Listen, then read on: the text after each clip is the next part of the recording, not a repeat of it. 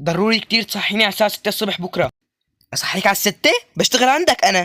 منطقيا إيه، أنت بتشتغل عندي وأنا مديرك. صحيني على الساعة 6.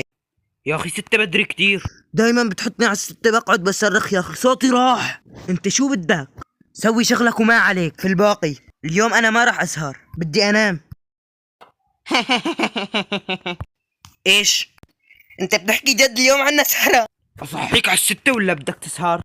سيبك منه، أنا ما بدي أسهر، صحيني على الساعة 6. 5 حقائق تثبت إنه ميسي من الجيزان. معقول يا زلمة ميسي من الجيزان؟ يا زلمة 5 حقائق. اطلع برا. وانت ليش تحكي معه، انتم منافسين لبعض. يا زلمة خلصني، شو اعمل؟ يا زلمة صحيني على 6، هضل احكي لك. ما في اشي هيخليني اقوم من هون. انا اسف كتير على المداخلة، لازم نفوت على الحمام بكل سرعة. مش هتحرك من هون. لا يا زلمة، خلاص انا هفيقك على 6 الصبح.